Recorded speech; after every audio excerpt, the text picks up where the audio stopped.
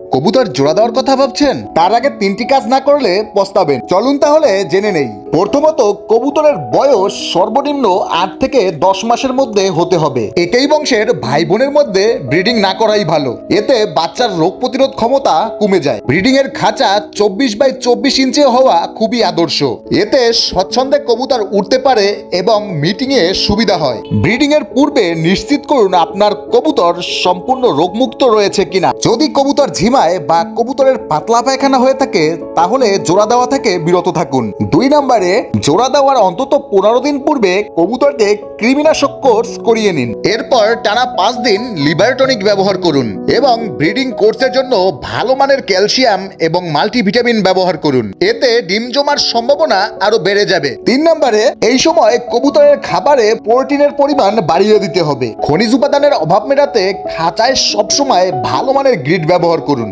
এটি কবুতরের ডিমের খোসা শক্ত করতে সাহায্য করে। খাঁচাটি এমন জায়গায় স্থাপন করুন যেখানে মানুষের আনাগোনা কম এবং বিড়াল কুকুরের উপদ্রব খুবই কম। সবকিছু ঠিকঠাক থাকলে নিশ্চিন্তে জোড়া দিতে পারেন।